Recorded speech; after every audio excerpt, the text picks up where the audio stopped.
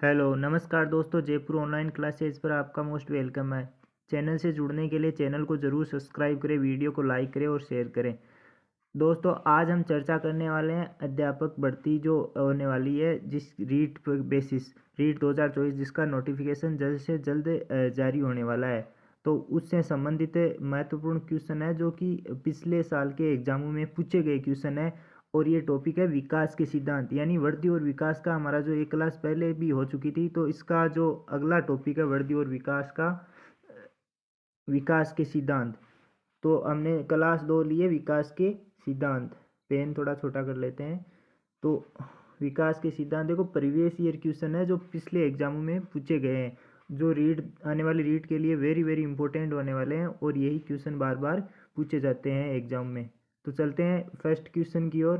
तो पहला क्वेश्चन है दोस्तों कि सेफेलोपोडल विकास नियम के अनुसार, यानी कि मस्तकाधोमुखी, मान लो ये सिर है और ये बच्चे के पैरों की तरफ से जो विकास होता है, यानी कि सिर से जो पैर की तरफ विकास होता है उसको मस्तकाधोमुखी सिद्धांत बोलते हैं। तो इसको याद रखना है आपको। इसका जो लैटिन नाम है वो सेफेलोपोडल भी बोला जाता है इसको, मस्तकाधोमुखी सिद्धांत को। तो इसमें पहले सिर के भाग का, फिर क्रमशः धड़, हाथों और पैरों का विकास होता है। यानी कि पहले किसका होता है, सिर का होता है, और उसके बाद में नीचे की तरफ चलता है विकास। तो इसको बोलते हैं सेफेलोपोडल। ये शब्द आपको याद रखना पड़ेगा। इसका पर्याय यानी कि हिंदी में मस्तकाधोमुखी बोलते हैं इसको। पहले धड़ पहले धड़ का नहीं होगा, पहले इसमें सिर का होगा। तो इसका जो ऑप्शन है ना, एक ही सही है, परंतु हमें चारों ऑप्शनों को पढ़ना है। तो संपूर्ण शरीर का समान विकास भी नहीं होता है, व्यक्ति से व्यक्ति पर निर्भर, ये ऑप्शन ही नहीं है। यानी पहले धड़ का नहीं होता है, फिर पैरों का, फिर सिर का, बीच में नहीं होता है, पहले सिर का ही विकास होता है बच्चे का। गर्भावस्था में भी बच्चे का सिर से ही विकास प्रारंभ होता है सर्वप्रथम।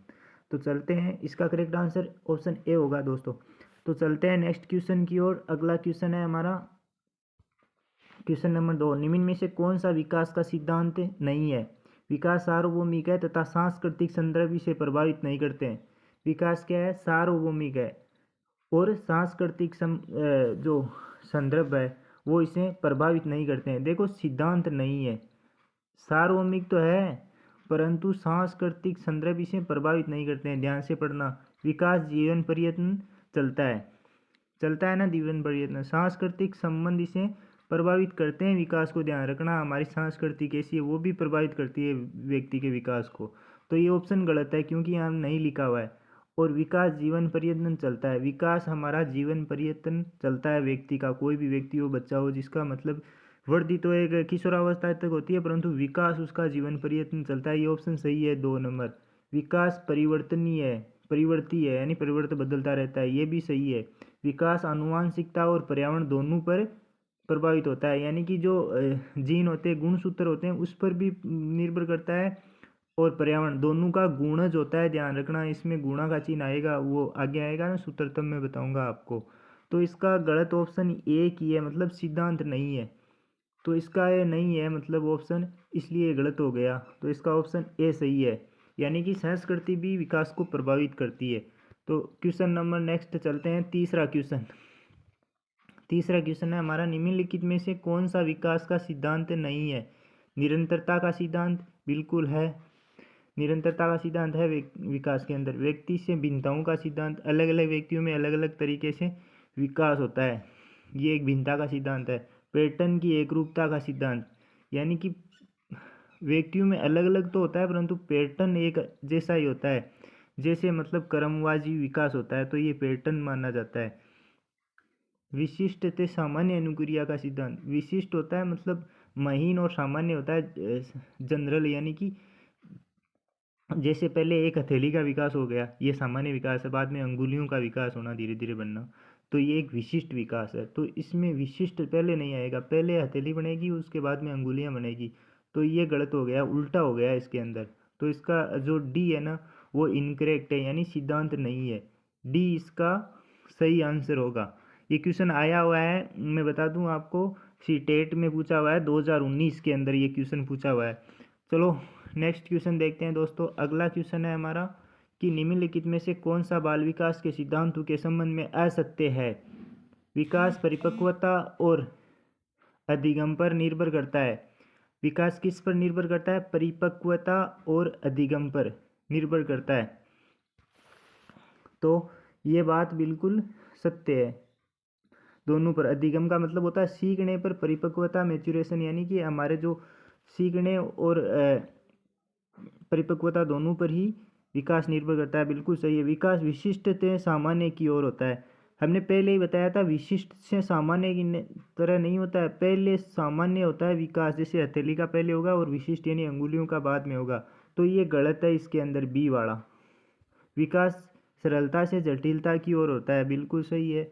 विकास ऊंचे से नीचे की ओर बढ़ता है।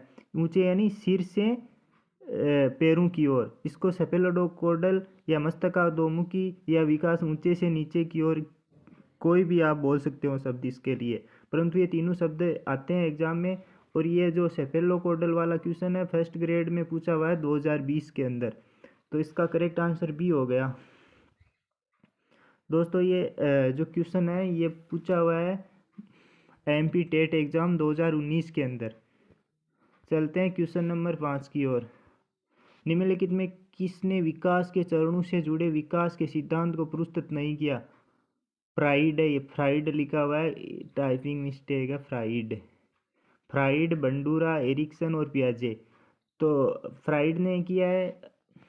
बंडूरा जो सामाजिक अधिगम सिद्धांत है, इसने मतलब विकास का जो सिद्धांत है उसका नहीं किया है। सामाजिक अधिगम के सिद्धांत दिए इन्हें बंडूरा ने, ये नहीं दिया है।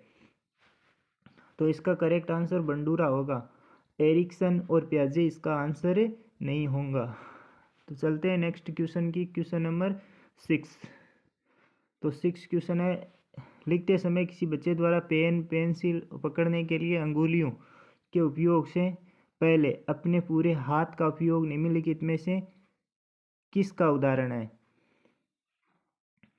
पहले बच्चा क्या करता है? पहले हाथ का उपयोग करता है अंगुलियां पकड़ने के पहले।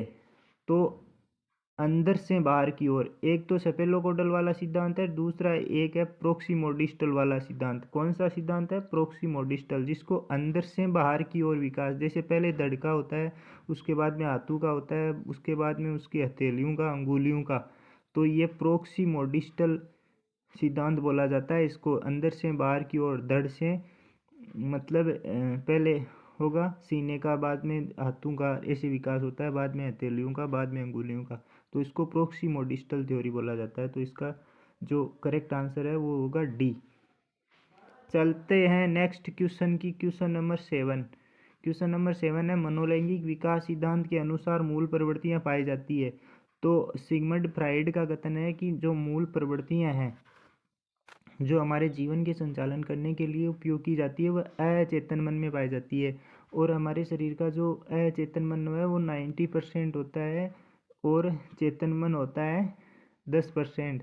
सिगमंड फ्राइड ने इसकी तुलना बर्फ के टुकड़े से की है जो पानी में तैरता है। यानी कि बर्फ का टुकड़ा जो पानी में तैरता है वो 10% ही बाहर रहता है और उसका 90% हिस्सा पानी के अंदर रहता है। तो सिगमंड फ्राइड इसी प्रकार इससे तुलना करता है कि मनुष्य का जो चेतन मन है वो 10% ही रहता है और अचेतन मन 90% अचेतन मन है। तो चलो इसका करेक्ट आंसर हो गया अचेतन मन। चलते हैं नेक्स्ट क्वेश्चन की ओर। अगला क्वेश्चन है कि बच्चे के विकास के सिद्धांत को समझना शिक्षक की सहायता करता है। विद्यार्थियों को भिन्न भिन्न अधिगम शैलियों को प्रभावी रूप से संबोधित करने में, शिक्षार्थियों के सामाजिक स्तर को पहचानने में, शिक्षार्थी की आर्थिक पृष्ठभूमि को पहचानने में, यहाँ पे आर्थिक से कोई मतलब नहीं है, शिक्षार्थी सामाजिक स्तर से भी कोई मतलब नहीं है। यहाँ शिक्षार्थियों को क्यों पढ़ाना चाहिए ये औचित्य स्थापित। देखो इसका जो नियरेस्ट है यानी कि सबसे अच्छा आंसर ढूंढना है हमें। ऑप्शन में हमें एलिमिनेशन मेथड से करना है, यानी कि सबसे मतलब अच्छा आंसर कौन सा है। तो शिक्षार्थियों की भिन्न अधिगम शैलियों को प्रभावी रूप से संबोधित करने में समझना, विकास के सिद्धांतों को समझना इसके लिए सहायक है। किसके लिए? शिक्षार्थियों के भिन्न अधिगम शैलियों को प्रभावी रूप से संबोधित करने के लिए। चलते हैं नेक्स्ट क्वेश्चन नंबर 9 की ओर। निम्नलिखित में से कौन सा विकास का सिद्धांत है? ये निरंतर चलने वाली प्रक्रिया नहीं है। क्या नहीं है विकास का सिद्धांत? निरंतर चलने वाली प्रक्रिया नहीं है। तो ये नहीं इसको गलत कर देता है। विकास है ना, हमेशा देखो जन्म से मतलब गर्भावस्था से लेकर के मृत्यु तक विकास चलता रहता है व्यक्ति का। तो ये गलत हो गया नहीं आने के कारण। विकास की सभी प्रक्रियाएं अंतः संबंधित नहीं है, तो ये भी गलत हो गया। सभी प्रक्रियाएं अंतः संबंधित होती है विकास की। सभी विकास के दर समान नहीं है।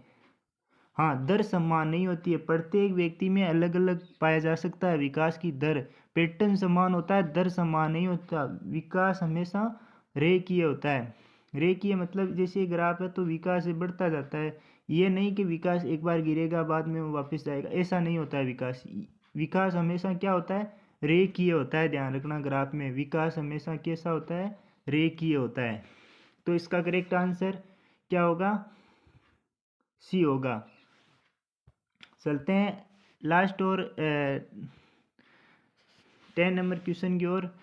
एक बालक पहले पूरे हाथ, फिर अंगुलियों तथा फिर हाथ और अंगुलियों का एक साथ चलाना सिखाती है। उदाहरण वृद्धि और विकास के किस सिद्धांत को दर्शाता है? तो ये जो सिद्धांत है इसमें आया है, एक बालक पहले पूरे हाथ को, फिर अंगुलियों को तथा फिर हाथ और अंगुलियों को एक साथ। देखो यहाँ पर ये नहीं, आपको ये गलत करा देगा ये क्वेश्चन, ध्यान से नहीं पढ़ोगे तो। ये हरियाणा टेट में पूछा हुआ क्वेश्चन है। फिर हाथ और अंगुलियों को एक साथ, एक साथ का जहाँ पर भी आए ना ऐसे क्वेश्चन में, तो इसमें मतलब वो नहीं होगा कि आप सोच रहे हो कि इसमें ये सामान्य से विशिष्ट की ओर हो जाएगा, तो ये नहीं होगा बिल्कुल। इसमें होगा एकीकरण का सिद्धांत। कौन सा सिद्धांत है ये दोस्तों? एकीकरण का सिद्धांत है, और इसमें बी इसका करेक्ट आंसर होगा। यदि दोस्तों आपको ये क्वेश्चन पसंद आए हैं, ये सभी क्वेश्चन पूछे गए हैं, तो आप वीडियो को जरूर लाइक करें, चैनल को जरूर सब्सक्राइब करें, और वीडियो को दोस्तों के साथ में शेयर जरूर करें। वीडियो को देखने के लिए धन्यवाद। Thank you for watching.